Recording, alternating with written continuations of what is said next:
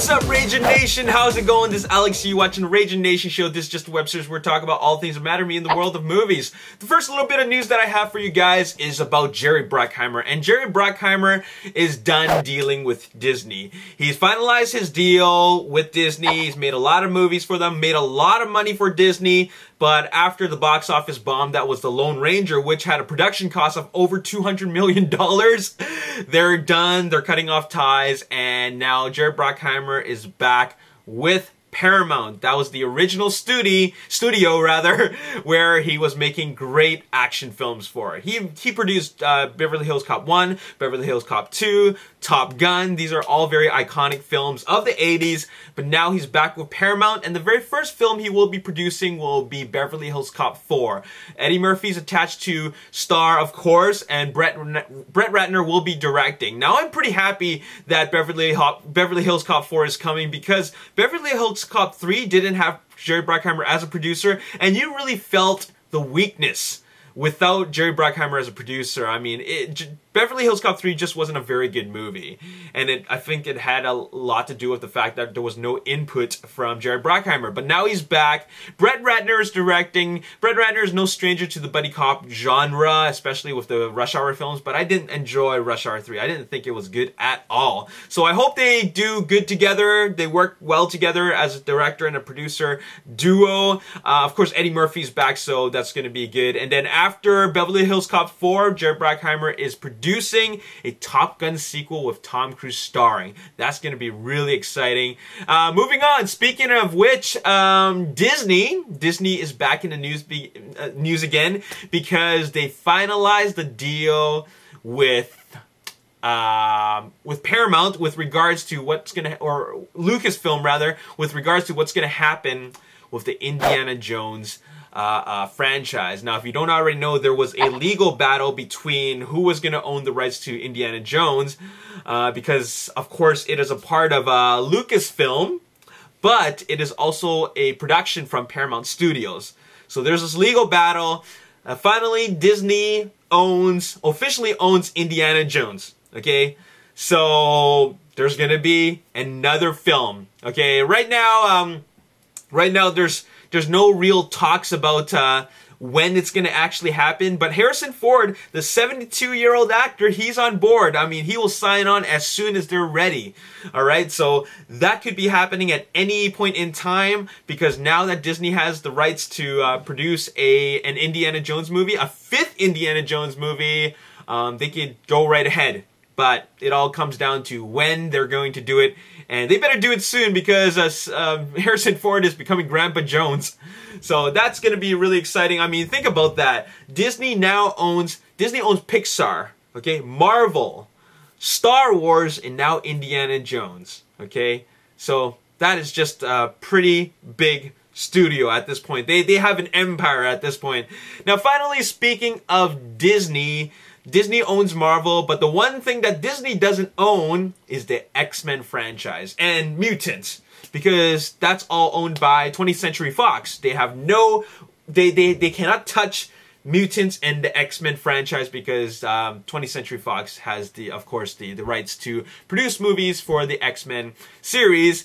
And speaking of the X-Men series, Bryan Singer, the director of X-Men Days of Future Past and also X-Men 1 and 2, tweeted stating that a sequel to X-Men Days of Future Past is already happening, and it's set for May 27th, 2016.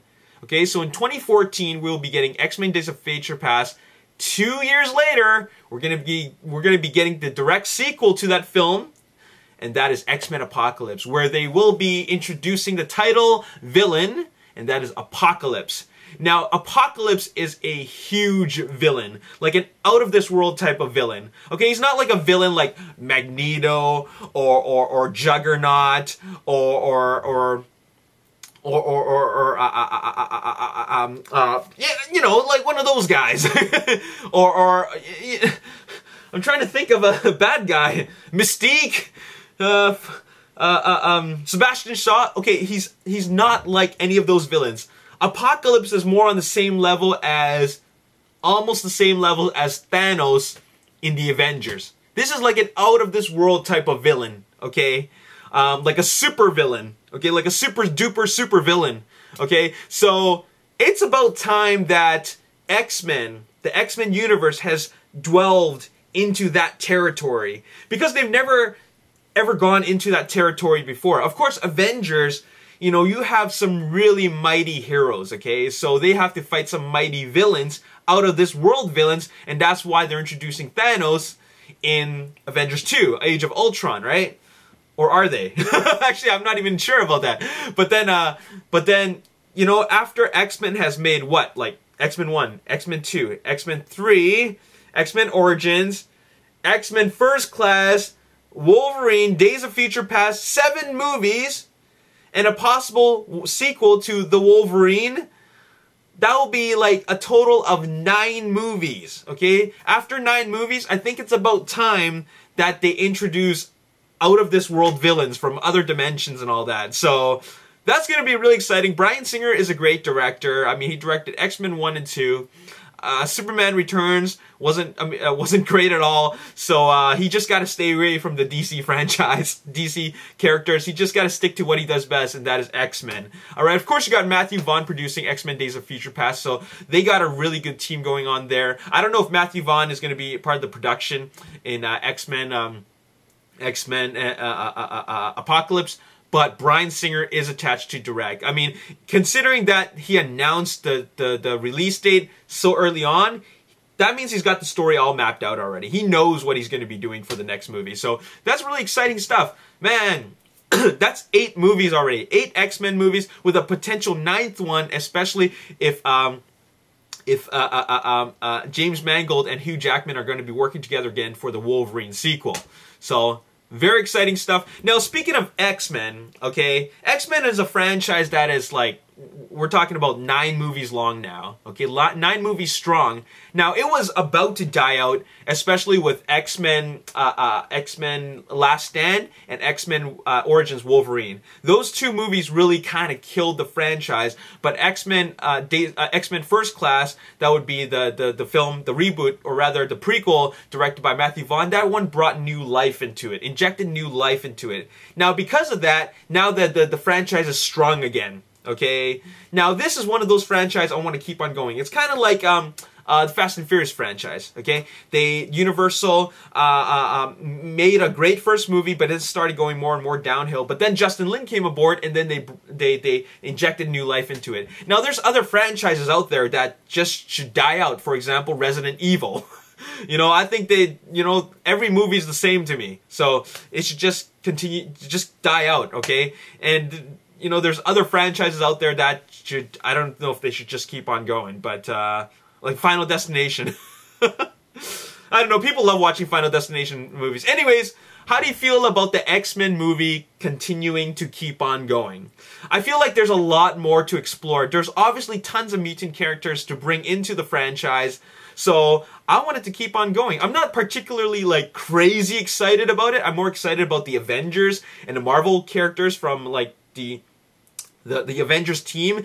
I'm more interested in that story more compared to X-Men, but I still like it when they keep on bringing more X-Men movies, because, you know, more comic book movies from the Marvel franchise can never hurt, okay? So, so there you have it. But how do you feel about X-Men continuing to move on, continuing to grow as a franchise, okay? Should they reboot it and start all over again? I don't think that they should, because there's nothing wrong with the franchise so far. I mean, they haven't screwed it up. I mean, they did kind of screw it up, but they brought new life, and now it works now. And they've got new great directors, Matthew Vaughn, Bryan Singer, James Mangold. So, you know, it's great. I don't think there's anything wrong with it. And I'm sure that as long as Hugh Jackman stays the same, stays the way he is as Wolverine, and doesn't, you know, doesn't dumb down his performance or anything like that, and doesn't get lazy, then, you know what? They're going to keep on making these movies. And there you have it. That's all I got to say in this video. I just want to know how you feel about the continuous movement that is the X-Men franchise. Let me know in the comment section below. As always, if you enjoyed this video, hit the like button, subscribe to the YouTube channel, like me on Facebook, The Ragin Nation. Also follow me on Twitter, @RaginNation. My name is Alex. Thanks for watching. I'll see you next time. Peace.